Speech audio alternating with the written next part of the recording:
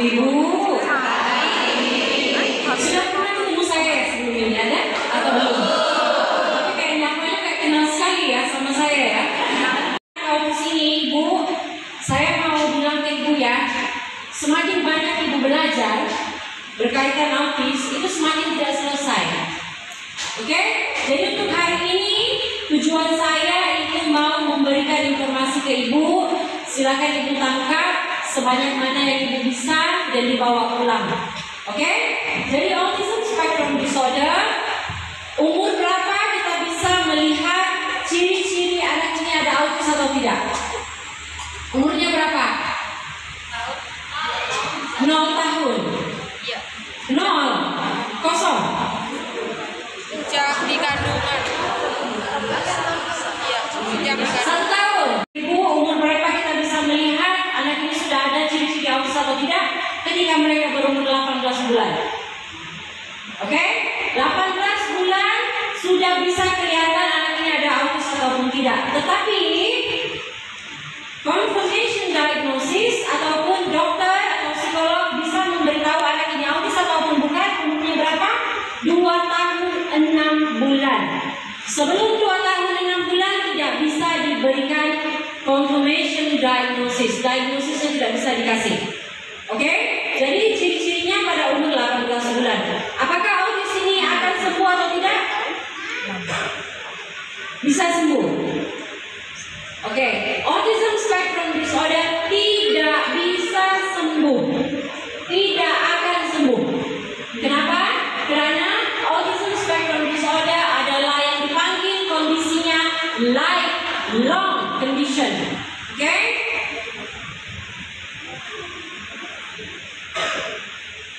Seperti ini tulisannya, lifelong condition. Jadi kenapa tidak bisa sembuh? Terus kalau tidak bisa sembuh, ngapain ibu-ibu di sini? Ngapain saya di sini? Untuk apa? Ya tahu lah ya. 9.000 orang anak yang lahir dengan autis. 9.000. Di Malaysia berapa orang penduduknya? 30 juta aja. Di Indonesia berapa orang? 333 juta. Jadi Malaysia cuma suku tidak sampai Ibu, sedikit aja. Makanya saya bilang tadi, apakah banyak anak autis di Banjar? Penyebab utama autis ini terjadi. Siapapun itu tidak ketemu kenapa autis terjadi. Tetapi faktor yang menyebabkan anak autis terjadi memang ada beberapa. Yang pertama adalah genetiknya. Nah, untuk mereka yang belum menikah, ya, yang sudah menikah sudah tidak bisa lagi kita apa-apakan, sudah selesai. Tapi untuk yang belum menikah, silakan tanya pacar kalian. Apakah kamu punya genetik autis? Mungkin dari orang tuanya ada komplikasi. Komplikasi apa? Sakit jantung, diabetes, hypertension. Diabetes atau diabetes? Ya diabetes saja ya, gak apa-apa. Nah, kalau orang tua mempunyai sakit jantung, ya, hypertension, dan mereka mengambil obat untuk dimakan, ya, ini bisa mengganggu perkembangan otak anak di dalam kandungannya. Makanya dokter sering bilang, ibu kontrol diet aja, tidak usah makan obat. Tapi ketika darahnya terlalu tinggi, maka dokter terpaksa kasih obat untuk kontrol darahnya. Berarti ya? Yang seterusnya apa? Yang seterusnya ketika umur orang tuanya itu sudah lebih dari 40 tahun ketika dia hamil. Jadi yang belum menikah silakan menikah duluan ya. Ketika ibunya sedang hamil dan mengalami stres atau depresi. Nah, ini juga bisa menyumbang kepada terjadinya anak autis tadi. Sampai sini ngerti? Autism, sepanjang saya bekerja, autis adalah perkara yang paling mudah untuk didiagnosis. Ada 4 perkara aja, sudah dimakan.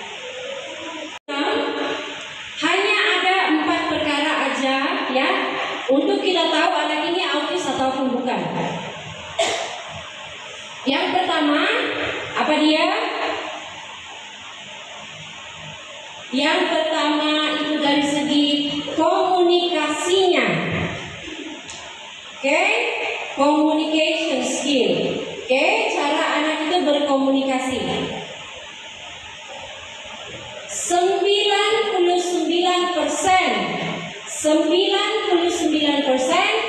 anak autism itu mengalami speech delay atau keterlambatan dalam berbicara. 99%.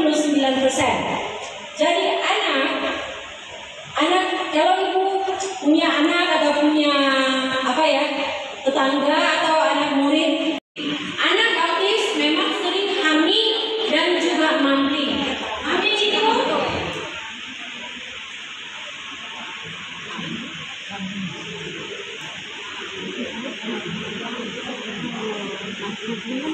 terus anak autis mereka itu ada satu lagi kondisi yang dipanggil ekolalia. Ekolalia itu apa?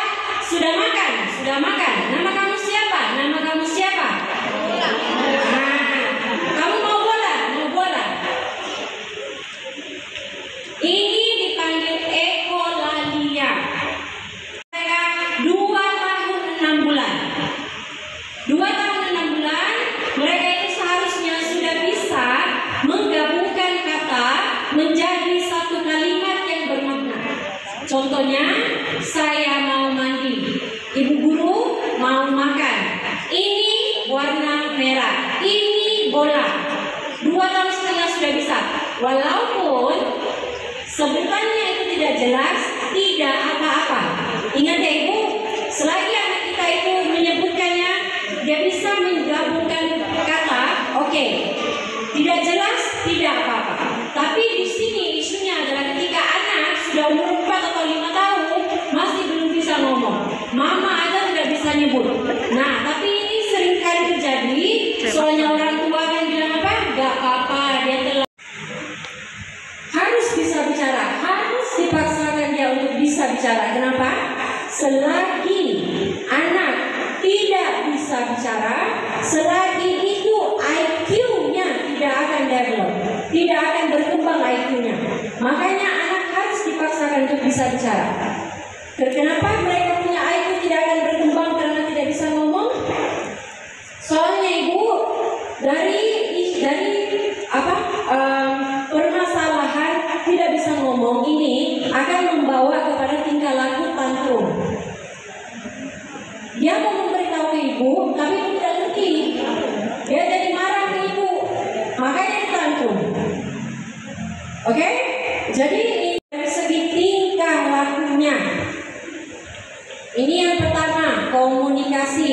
Yang kedua apa? Yang kedua adalah tingkah laku ataupun behaviornya. Anak autis mereka itu hyperactive. Ya.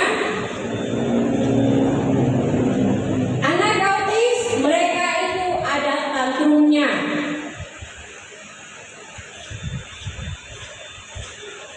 Anak autis mereka ini ada satu kelakuan atau tingkah laku yang sering diulang-ulang. Sudah dia melakukan ini, dia melakukan lagi. Dia suka melakukan sesuatu yang diulang-ulang.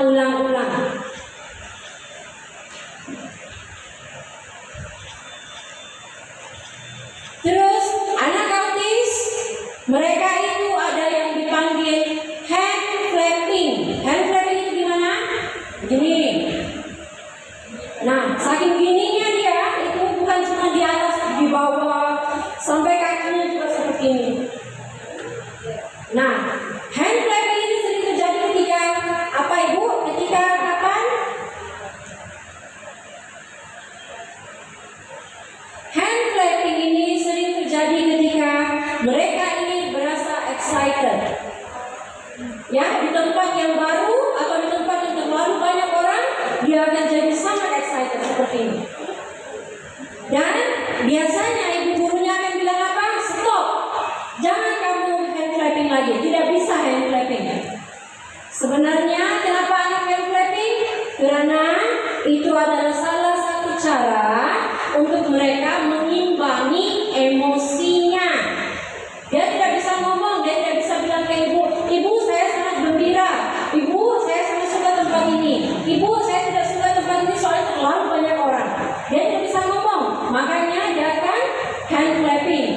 untuk memberitahu diri dia, nggak apa-apa, tempat ini aman, tempat ini selamat. Jadi ketika anak ibu itu sedang hand clapping, apa yang harus ibu lakukan? Apakah ibu bilang sudah stop, tidak bisa? Atau ibu bilang ya lanjutkan aja hand clappingnya, nggak apa-apa sampai besok? Itu bukan handphone, ya, bukan handphone. Ibu bisa kasih dia bola mungkin untuk dia pegang, atau bisa kasih dia mobil untuk dia pegang, dan seperti yang ibu bilang tadi, dipeluk sekejap, bisa, ya, peluk sebentar untuk bilang ke dia, oke, cukup paling sudah, oke? Terus anak autis itu mereka ada satu kelakuan, ya, yang suka melakukan pergerakan di tangannya seperti ini. Dia tertarik sekali dengan tangannya itu. Ini dipanggil apa? Stereotype movement. Apa ibu?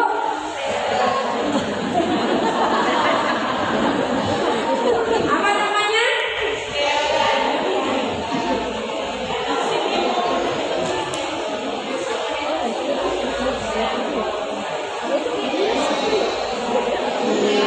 Apa ini ibu namanya?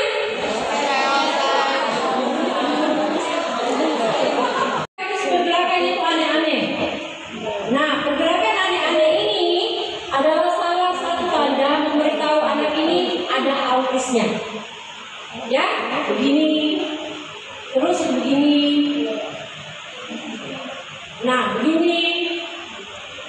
Ini semua ini pergerakan-pergerakan aneh ini dipanggil stereotype movement. Oke? Ngerti? Ngerti. Ngerti aja biar aman. Oke. Social skill-nya. Anak autis ini ada yang dipanggil, ini apa ibu? Apa? Ini tulisnya isolation, ibu sebutnya apa? Isolasi, gak apa-apa.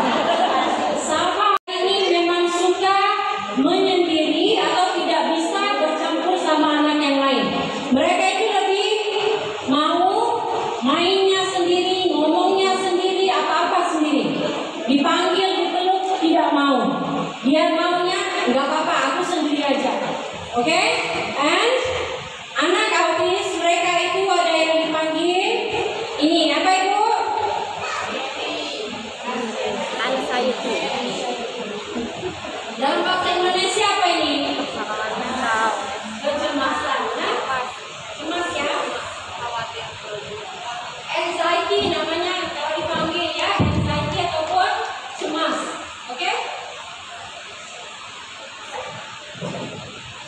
Terus ingat, hanya apapun kondisi yang lain, apa bedanya autism sama kondisi yang lain? Bedanya satu, kondisi yang lain tidak mempunyai halusinasi.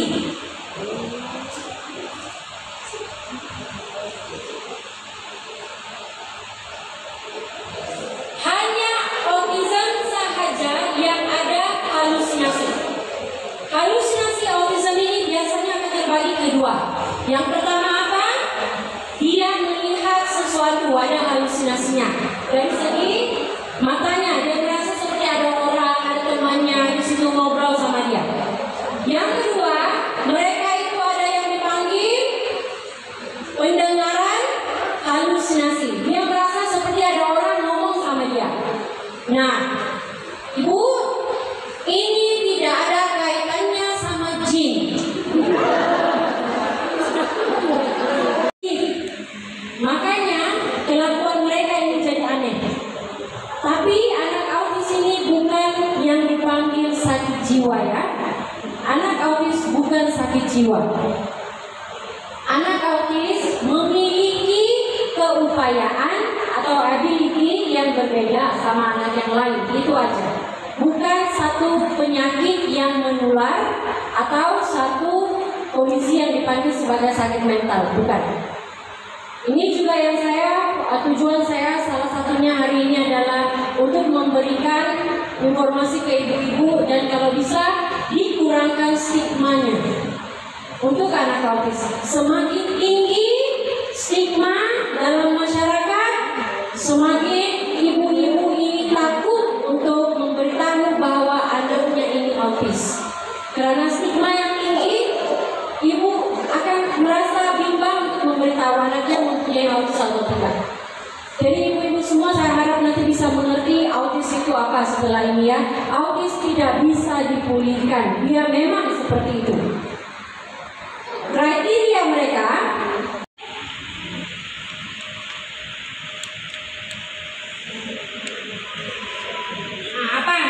apa ini?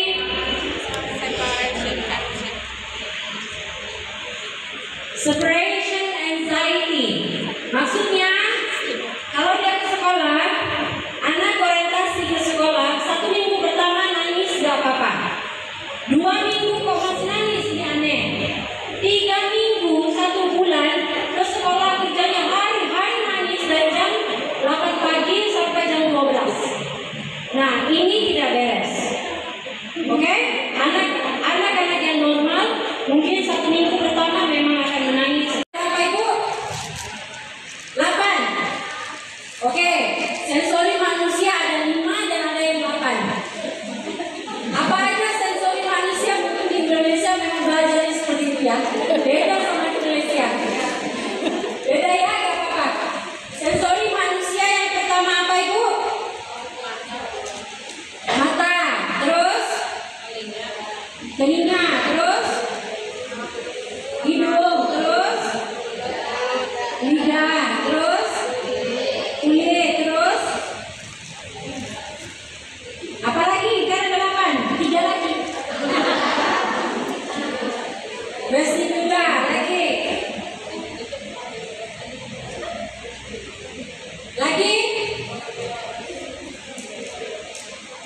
Proprioception lagi. Apa itu? Interoception. Apa yang dia rasa, apa yang dia sentuh, ini semua akan diproses, dimasukkan ke otaknya dia.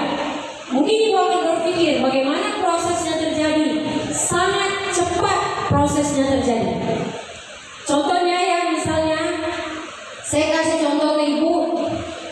Ibu mengajarkan anak ini, Ali, ini anjing, atau Ali, ini kucing. Terus si Ali melihat, oh, Ali lihat kucingnya, Ali ambil visualnya tadi, dimasukkan ke otaknya, sambil dia memasukkan bunyi dari ibu. Yang ibu bilang, Ali, ini kucing. Gambarnya sama bunyi kucing itu Ali masukkan. Sekali lagi Ali melihat yang seperti ini, rupanya Ali sudah tahu, oh yang ini namanya kucing. That's how the information disimpan dalam kepalanya Ali tadi.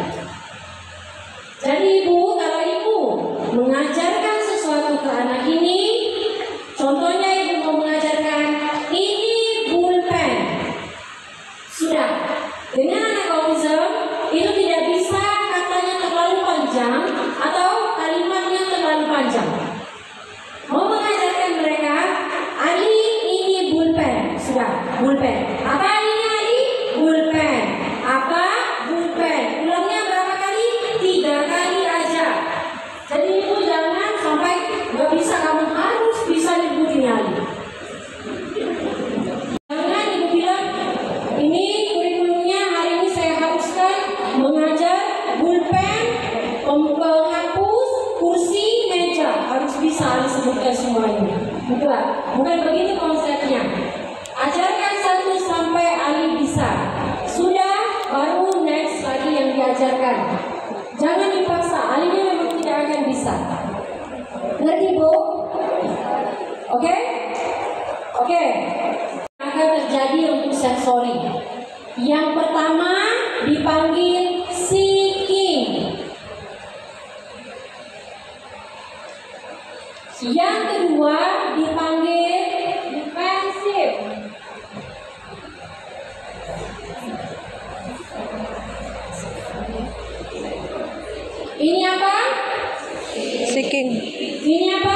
Defensif.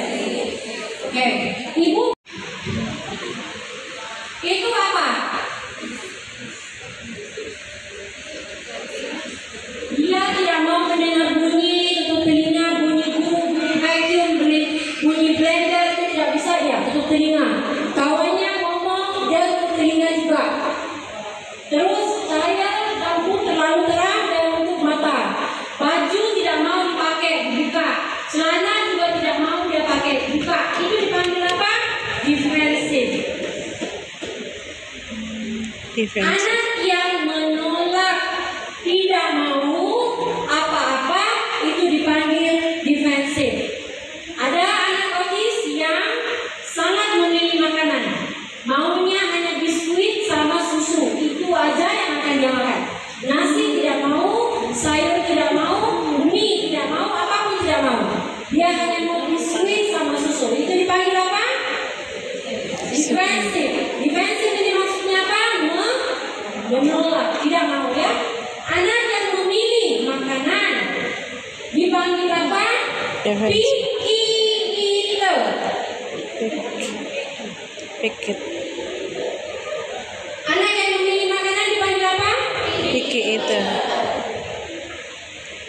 Anak autis memang akan menghadapi masalah seperti ini. Mereka memilih makanan, ini tidak mau, itu tidak mau, semuanya tidak bisa. Oke? Untuk seeking pula bagaimana? Kalau tadi defensif, dia menolak semuanya. Untuk seeking gimana? Kalau seeking, dia itu akan mencari input yang tidak cukup. Contohnya, ketika ibunya ini memakai warna jilbab yang terlalu terang, ya, contohnya ini, ya, anak autis mereka akan melihat begini, ya, terus ini ada benangnya, ditarik, terus dipita-pita seperti ini, terus kalau gurunya itu pakai parfum yang kuat, dia keluar gurunya itu.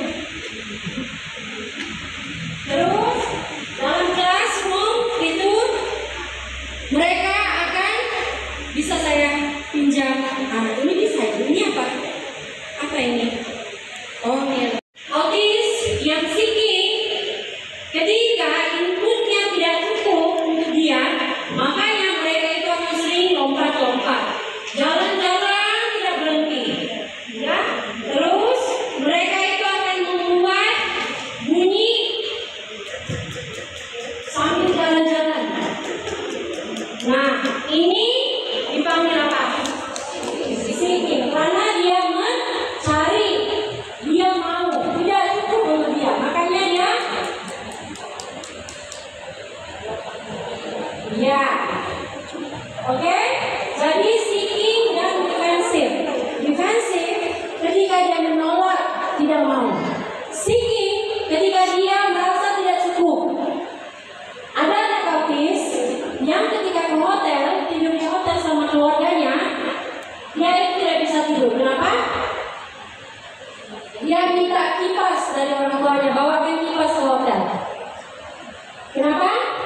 Karena bukan dinginnya yang dia mau, tapi bunyinya. Ada anak autis kalau defensif ke hotel ada bunyi AC, dia bilang bunyi AC ini terlalu kuat, berisik untuk dia. Dia mau pulang. Nah, ibu harus bisa bedakan antara defensif sama seeking. Kalau defensif tadi memilih makanan, benar? Dipanggil apa kalau memilih makanan? Picky eater, memilih makanan. Kalau anak autis yang seeking, mereka ini akan makan semuanya. Ini nanti dia akan buka, dia ambil, makan. Debu juga dia ambil, makan. Nah, ini defensif, ini seeking. Untuk dia tidak mencukupi, jadi dia cari apa aja yang bisa dia makan, dia ambil, masukkan ke mulutnya. Itu dipanggil apa? Picky eater. Kalau memilih makanan dipanggil picky eater. Kalau makan semuanya dipanggil picky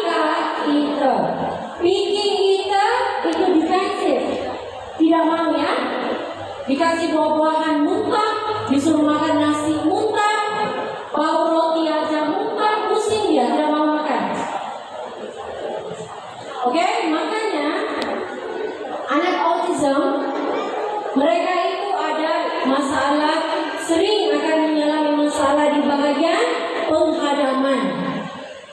Ketika mereka mengalami masalah penghadaman, ini yang akan terjadi, mereka tidak bisa tidur dengan cukup. Tidurnya jam 3 pagi. Iya, pencernaan. Penghadaman itu pencernaan ya, sorry.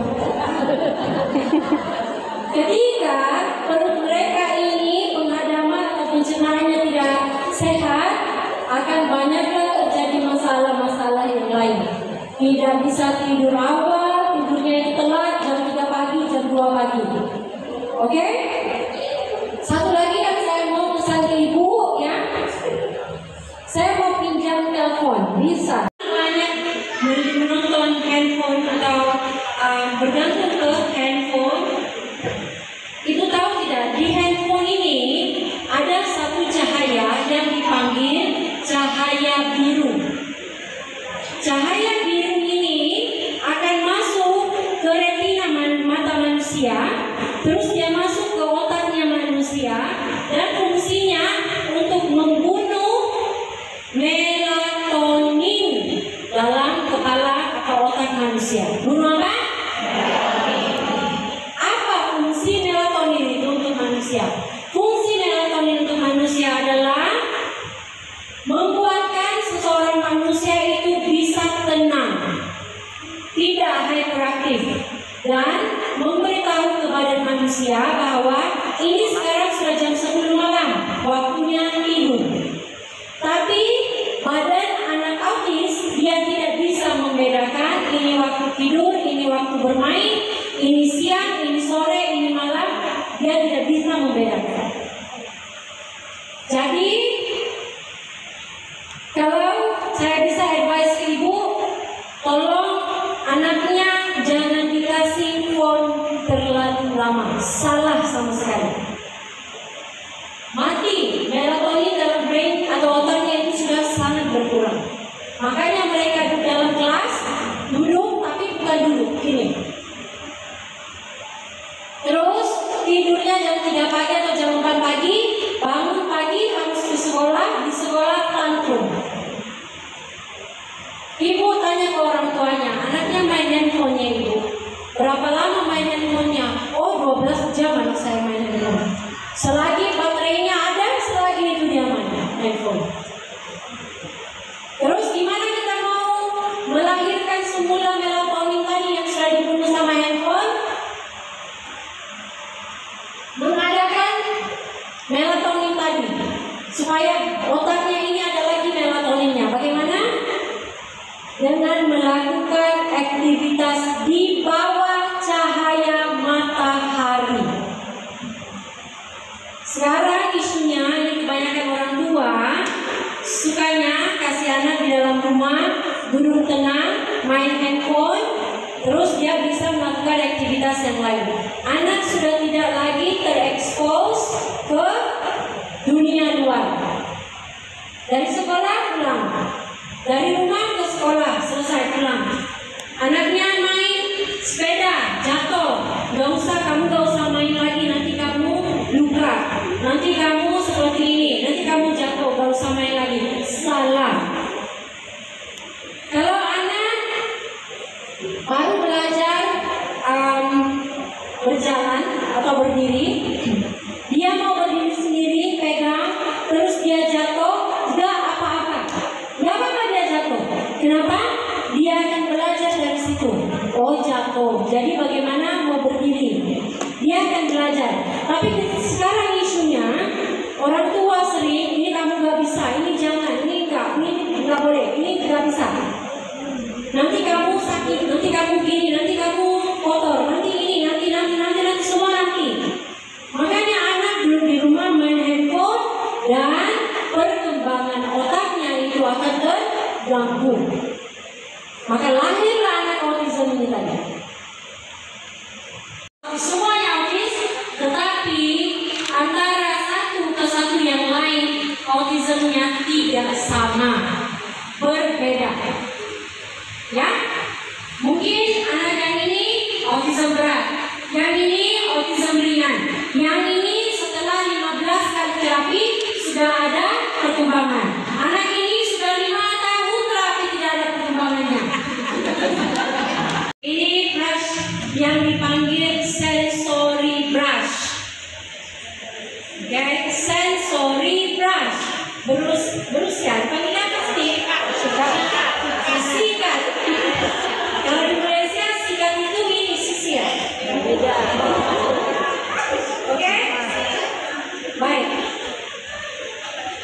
Ya, kamu yang warna. Ini fungsinya apa? Fungsinya untuk menenangkan ketika anak itu hyperaktif atau anak itu tantrum. Bisa pakai ini. Ya, bisa pakai ini. Bagaimana caranya? Saya ajarkan.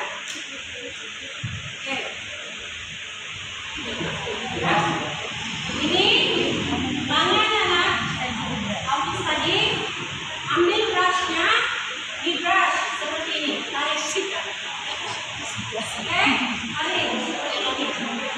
Berapa lama? Tidak boleh melebihi 3 menit.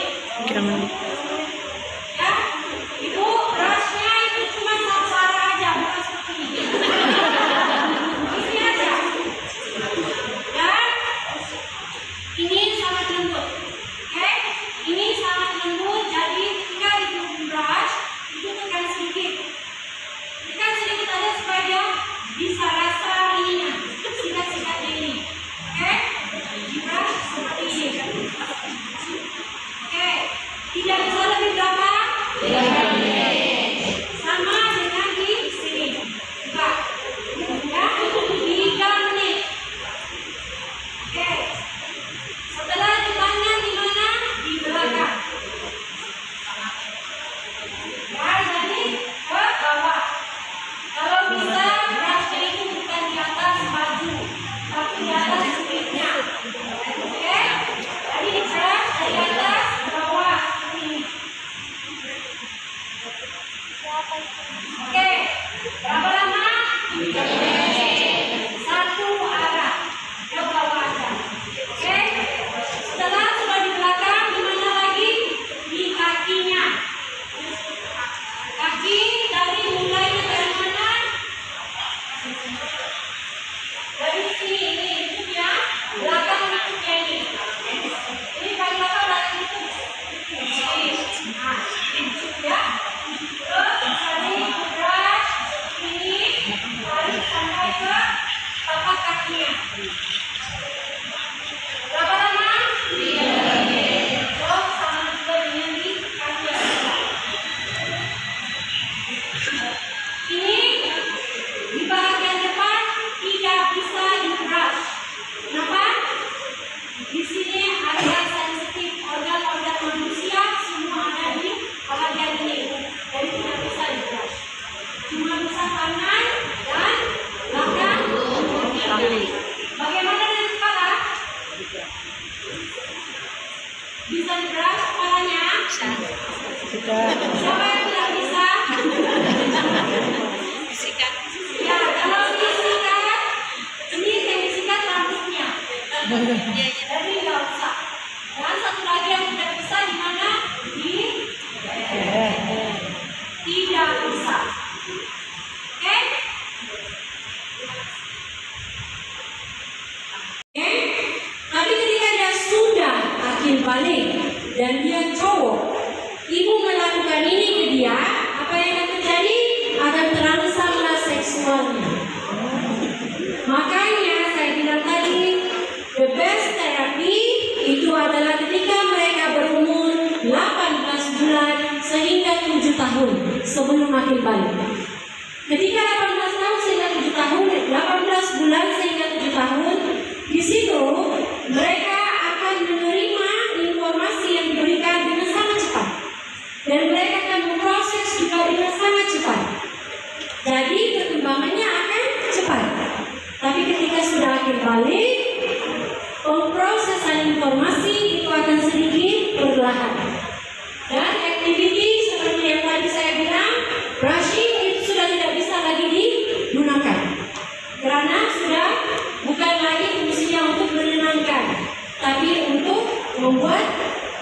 seksual mereka terangsang.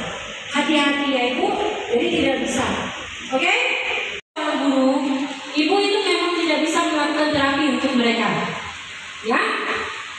Yang kedua, apa yang ibu harus lakukan? Carilah ilmu berkaitan dengan autis dimanapun itu. Cuma ilmu yang akan bisa membantu ibu belajar. Autis ini apa? Karena tidak ada orang akan datang ke sebelah ibu untuk bilang, ibu, anak ini autis, ibu harus melakukan ini. Karena seperti saya bilang tadi, anak autis itu berbeda. Walaupun satu sudah terselesaikan, satu datang, isunya lain lagi, masalahnya lain. Jadi ibu harus punya ilmu pengetahuan berkaitan autis. Yang ketiga, ibu harus memberitahu ke orang tuanya bahwa anaknya ini memiliki kriteria autis. Ibunya yang harus membawa anaknya untuk ketemu dengan psikologi ataupun sama dokter. Ya, setelah itu ibu guru dalam kelas, anaknya ke terapi, ibunya sudah punya ilmu berkaitan dengan autis. Ketika anak ini tantrum dalam classroom, ibu sudah tahu apa yang harus ibu lakukan.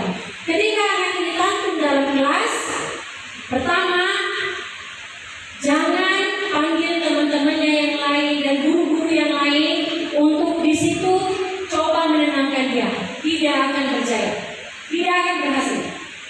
Ketika dia tantrum, bawa ke satu ruangan yang tidak ada orang, yang sepi, yang sunyi, duduk di situ sama dia.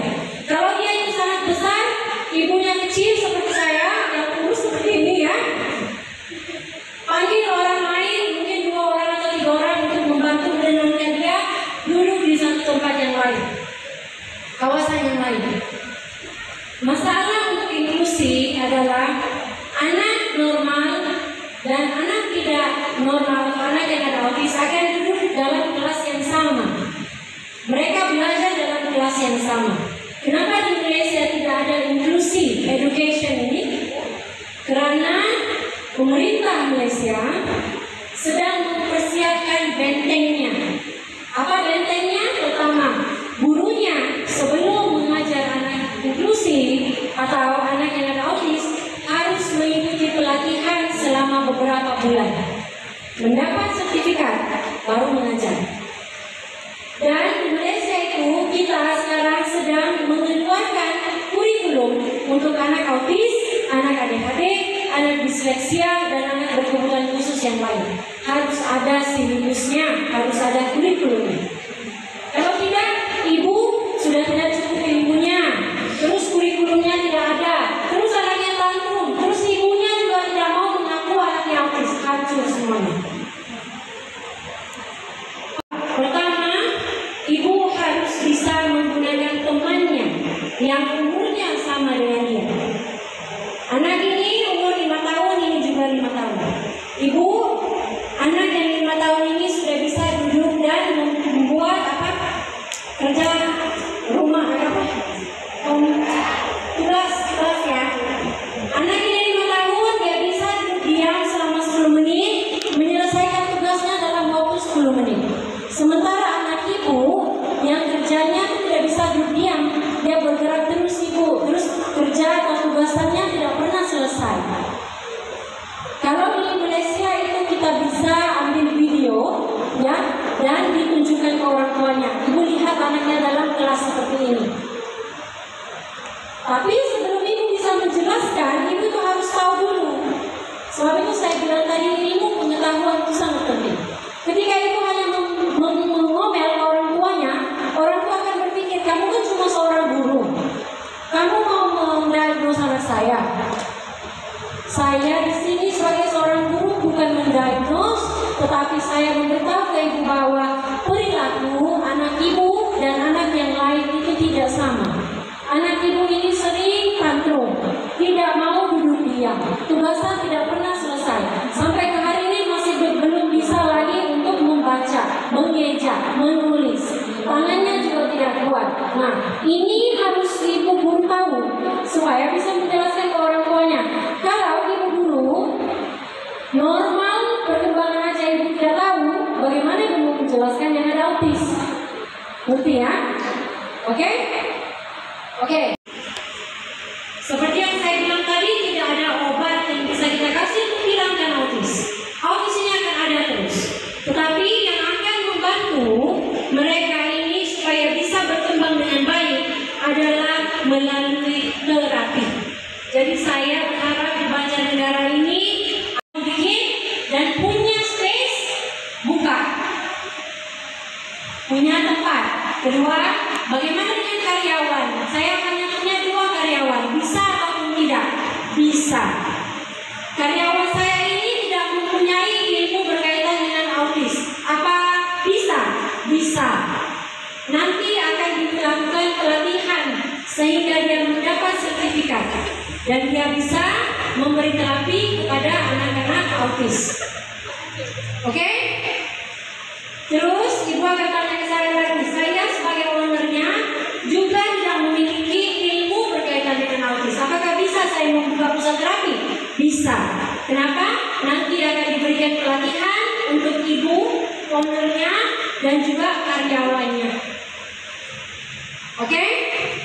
Terus ibu akan tanya saya lagi, berapa uang yang harus saya persiapkan ketika saya mau membuka terapi center? Tidak ada. Tidak usah. Kalau kita membuka Starbucks, kita mau buka apa lagi? McDonald's atau kopi kenangan. Saya tuh sangat suka sama kopi kenangan. Kita mau buka branch-nya atau franchise-nya itu harus taruh berapa ratus juta? Banyak juta kan? Untuk terapi center nggak usah. Cukup ibu punya modal untuk memberi barangan terapinya aja. Dan ibu punya tempatnya, ada uang sedikit untuk membeli barangan terapi, silakan dibuka pusat terapinya. Dan barang terapi ini tidak mahal ibu, soalnya alatnya itu cuma untuk alat bermain anak aja. Jadi tidak ada mesin-mesin yang harganya ratusan juta, tidak ada. Ibu beli, terus nanti bisa dibikin pusat terapinya. Terus ibu akan tanya saya lagi, sistem apa yang akan saya pakai nanti? Siapa yang akan menjaga, memberi rawatan ke anak autis? Ini semua akan diberi pelatihan kepada ibu dan juga kepada karyawannya. Oke? Oke, next. Ini adalah sistemnya ibu. Saya di Indonesia, ibu di Indonesia, kita akan sama-sama melihat berapa orang pasien yang sudah berdaftar di tempat ibu.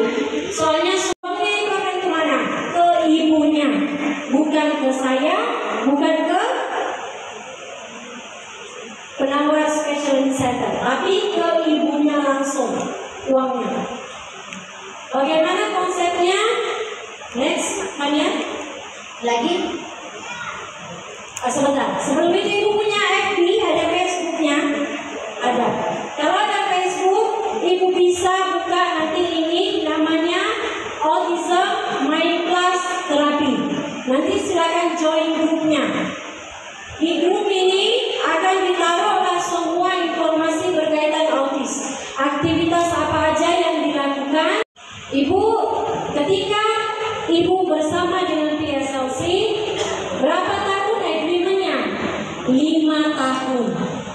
Tetapi setelah 5 tahun, ibu merasa saya sudah tidak mau lagi pakai nama PSLC, saya mau memakai nama yang lain, apakah bisa? Bisa, silakan. Pakai aja nama yang lain. Selama ibu masih terikat sama PSLC, agreement-nya sama PSLC, PSLC itu akan memberikan pelatihan berterusan untuk karyawannya. Kita juga akan memberikan teknik mengajarnya anak autis ini seperti apa. Akan diajarkan semuanya, ya, berkaitan marketing, admin, ini semua akan diajarkan seperti apa. Zero maksudnya apa? 0. Ibu run aja dari terapi centernya 2 bulan yang pertama, ibu gak usah bayar apa-apa. Gunakan uang itu untuk membeli barang terapi ibu aja. Benerin ibu punya pusat terapi. Transaksi yang akan dikasih ke PSLC. Berarti ibu? Jadi ibu tidak usah bayar apa-apa. Jika mau mengumpulkan uang, jadi 12% tadi, nggak usah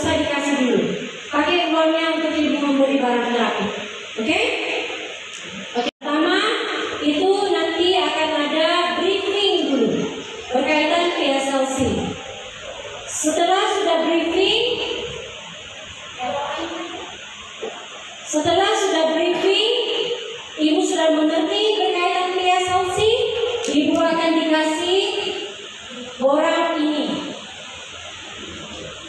Form ini, ya ini ibu akan isi dan serahkan ke saya. Dan ini